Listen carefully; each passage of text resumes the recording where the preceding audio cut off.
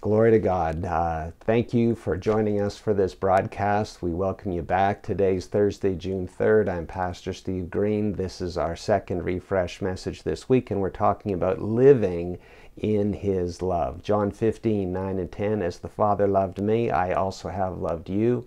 Abide in my love. If you keep my commandments, you will abide in my love, just as I have kept my Father's commandments and abide in His love. And also Philippians 2:12, therefore, my beloved, as you've always obeyed, not as in my presence only, but now much more in my absence, work out your own salvation with fear and trembling.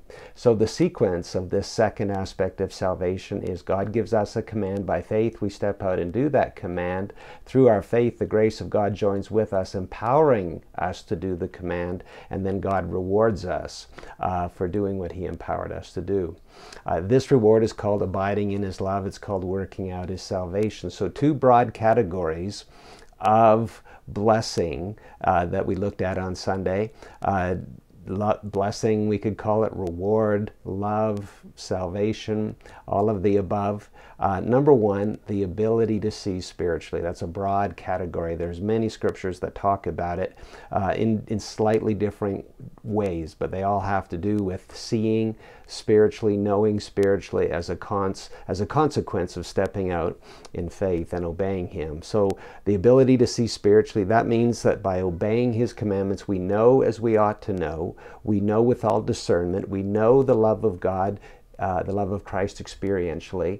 We know the truth that sets us free. We know that we are in Him, and our senses are exercised to discern both good and evil.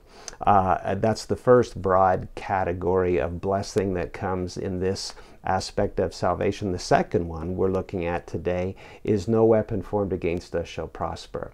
This means that by obeying His commandments, again, not legalistically, not by our flesh, but in relationship, by faith, in the power of the Spirit, every tongue that shall rise against us in judgment, we shall show to be in the wrong.